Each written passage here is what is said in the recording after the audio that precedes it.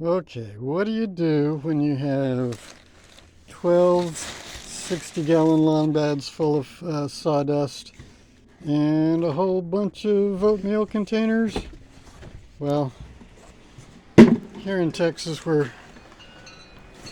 the energy grid reliability is put second place to profits, we expect power outages during the winter storms. Got a big cold weather snap coming, so don't have a whole lot of firewood, so I pack sawdust into my oatmeal containers and it burns quite nicely.